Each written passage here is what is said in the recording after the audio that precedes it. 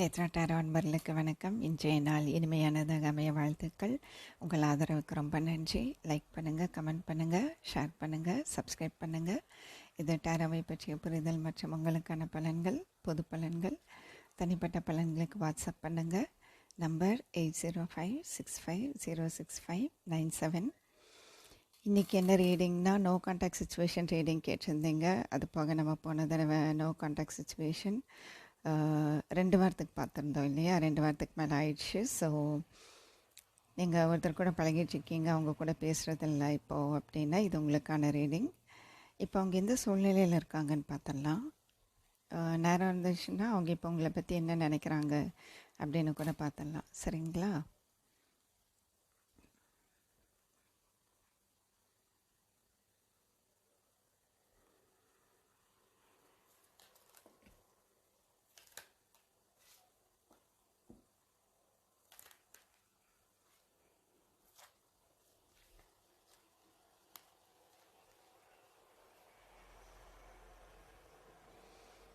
அவங்க என்ன சூழ்நிலையில் இருக்காங்க?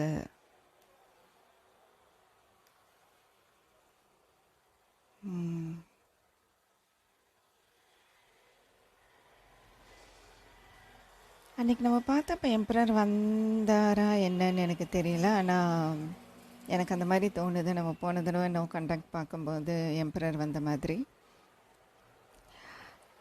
நான் சொன்னேன்னு நினைக்கிறேன், அவர் ஃபீலிங்ஸ் வச்சுருப்பார், ஆனால் வெளியில் காட்டிக்கவே மாட்டாருன்ட்டு. ஓகே, இப்போ அங்கே என்ன சூழ்நிலைன்னு பார்த்துக்கிட்டு இருக்கோம். அவங்களுக்கு என்ன சூழ்நிலைன்னா, அவங்களுக்கு இப்போது நிறைய கடமைகள் இருக்குது. சரிங்களா? ஒரு என்ன சொல்கிறது, ஒரு ஸ்ட்ரிக்டாக ரூல்ஸ் போட்டு இது இப்போ பண்ணணும், இந்த டைமுக்குள்ளே இந்த கடமையெல்லாம் செய்யணும். கடமைகள் இப்போது ரொம்ப ஜாஸ்தியாக இருக்குது. ரொம்ப யோசனை பண்ணிக்கிட்டு இருக்காங்க, இந்த கடமையெல்லாம் எப்போ நான் முடிக்கிறது இல்லையா? இப்போது இது இப்படி தான் இருக்கணும். இப்போ நான் எம்பரர்னால் என்ன, ஒரு கட்டுக்கோப்பு, இதை இப்படி தான் செய்யணும், இந்த விஷயம் இப்படி தான் நடக்கணும் அப்படின்ட்டு ஒரு கோட்பாடு வாழ்கிறவர் தான் எம்பரர். சரிங்களா? நான் இப்போ இதை பார்க்கும்போது என்ன தோணுதுன்னா, அங்கே அவங்களுக்கு நிறைய கடமைகள் இருக்குது, அதை பற்றின சிந்தனையிலேயே இருக்காங்க அவங்க. சரிங்களா? எனக்கு தெரிஞ்ச அவங்களுக்கு குடும்பத்தில் ஏதோ ஒரு கடமை இருக்குது, முக்கியமான கடமைகள் இருக்குது. இங்கே பார்த்திங்கன்னா 2, ஏன்னா பேஜ் அப்படிங்கிறது அந்த டீனேஜ் பருவம் அப்படின்ட்டு சொல்லுவோம். யூஸ்வலாக இப்போ பேஜ் ஆஃப் பென்டகல்ஸ்னால் ஸ்டூடெண்ட்டுன்னு சொல்லுவோம். பேஜ்ங்கிறதே அந்த சின்ன பசங்களுக்கான எனர்ஜி. சரிங்களா? அது போய் இங்கேயும் பாருங்கள், குழந்தைங்க இருக்காங்க 10 ஆஃப் கப்ஸில். ஸோ அவங்க கல்யாணம் ஆனவங்க அப்படின்னா கண்டிப்பாக குழந்தைங்களுக்கு செய்ய வேண்டிய கடமை இப்போ ஏதோ இருக்குது, அது செய்யணும். அந்த சூழ்நிலையில் இருக்காங்க.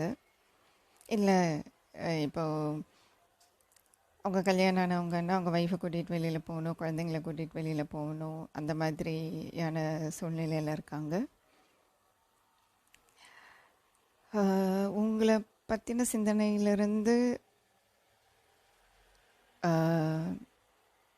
கொஞ்சம் வெளியில் போய் அமைதியாக இருக்கணும் அப்படின்னு நினைக்கிறாங்க. ஏன்னா இந்த மாதிரி ஒரு சூழ்நிலையில் குடும்பத்துக்கு செய்ய வேண்டிய கடமைன்னு ஒன்று இருக்குது, அதை இப்போ செய்யணும்.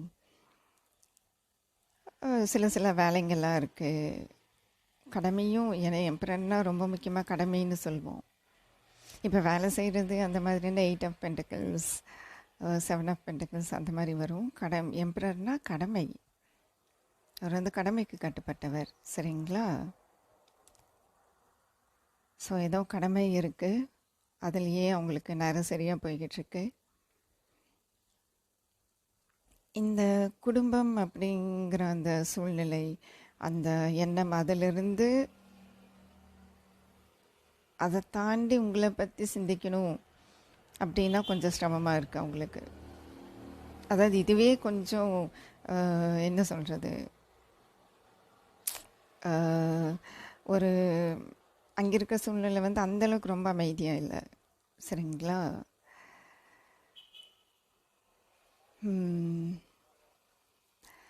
Page of swots. உங்களை பற்றி தெரிஞ்சுக்கணும், நீங்கள் இங்கே என்ன பண்ணிகிட்ருக்கீங்க அப்படின்னு தெரிஞ்சுக்கணுன்ட்டும் அவங்களுக்கு இருக்குது. அந்த எண்ணத்துலையும் இருக்கிறாரு. சரிங்களா? ஏன்னா பேஜ் ஆஃப் ஸ்வாட்ஸ்னால் என்னன்னு தெரிஞ்சுக்கணும் அப்படிங்கிற ஒரு எண்ணம். அதுதான் வந்து பேஜ் ஆஃப் ஸ்வாட்ஸ். சரிங்களா? இது நீங்களாக இருக்கலாம். சரிங்களா? அதனால் சரி, நான் இந்த மாதிரி சூழ்நிலையில் இருக்கேன், எனக்கு எங்கள் குடும்பத்துக்கே நேரம் சரியாக இருக்குது, நீங்கள் என்ன பண்ணிகிட்ருக்க அப்படிங்கிற ஒரு எண்ணத்தில் இருக்கிறாரு. ஆனால் உங்ககிட்ட பேசுகிறது சிரமம். ஏன்னா அங்கே நேரம் சரியாக இருக்கு இல்லையா குடும்பத்துக்கு.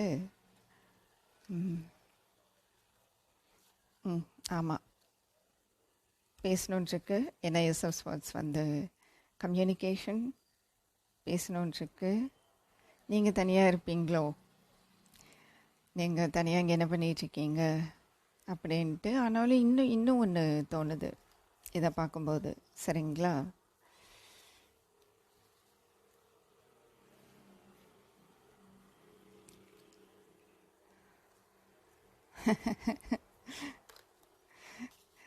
எல்லாம் கீழே ரொம்ப நல்லா இருக்குது.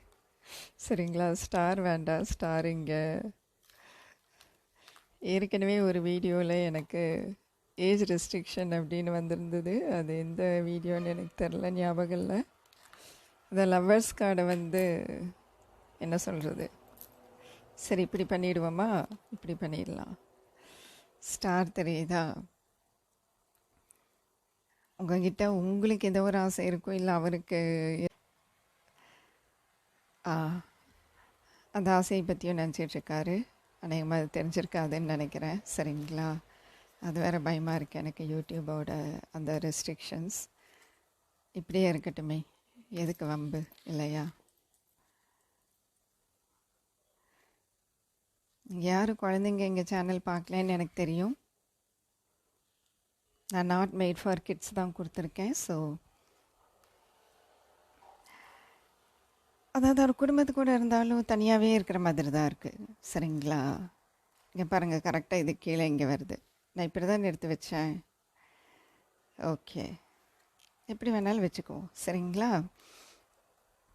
அதாவது குடும்பத்து கூடவே இருந்தாலும் தனியாக இருக்கிற மாதிரியே இருக்குது அவங்களுக்கு அங்கே. சரிங்களா? மெயினாக இங்கே மேஷம் வருது. மேஷம்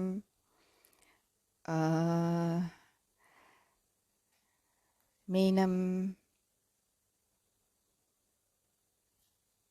எல்லாமே வருது. கும்பம், ரிஷபம், துலாம் எல்லாமே வருது. கிட்டத்தட்ட ஆல்மோஸ்ட் எல்லா ராசிங்களுக்கும் பொருந்தும். அதுதான் அவங்களுக்கு அங்கே செய்ய வேண்டியது, அங்கே குடும்பத்துக்கு செய்ய வேண்டியது நிறையா இருக்குங்கிறங்காட்டிக்கு உங்கள் கூட பேச முடியல. சரிங்களா? இதுதான் அவருடைய சூழ்நிலை. ஆனால் நினச்சிக்கிட்டே இருக்கார் உங்களை பற்றி. சரிங்களா?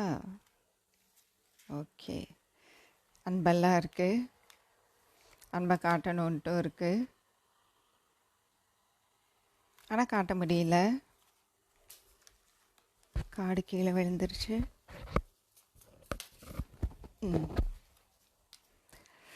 அன்பு இருக்குது, அன்பு காட்டணுன்ட்டு இருக்குது, ஆனால் காட்ட முடியல.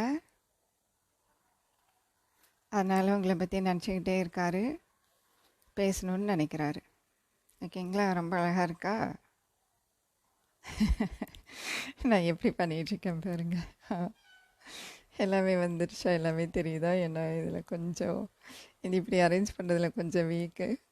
பாருங்கள், நல்லா இருக்குது நிஜமாக. ஸோ அவர் என்ன நினைக்கிறாருங்கிறது இதுலேயே வந்துருச்சு. சரிங்களா? அவர் உங்கள்கிட்ட பேசணுன்னு நினைக்கிறாங்க, ஆனால் பேச முடியல. குடும்பத்துக்கே நேரம் சரியாக இருக்குது. சரிங்களா? இதுதான் அவங்களுடைய சூழல் மற்றும் அவங்களுடைய எண்ணம். உங்கள்கிட்ட பேசணும், நீங்கள் என்ன பண்ணிகிட்ருக்கீங்கன்னு அவங்களுக்கு தெரியணும், ஆனால் இப்போ பேச முடியல. சரிங்களா?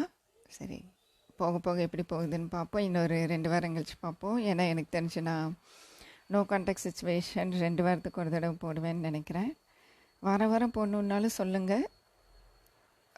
இல்லைன்னா நம்ம எப்பவும் போல் 2 வாரத்துக்கு ஒரு தடவை நம்ம நோ கான்டாக்ட் சிச்சுவேஷன் பார்ப்போம். வாழ்த்துக்கள்.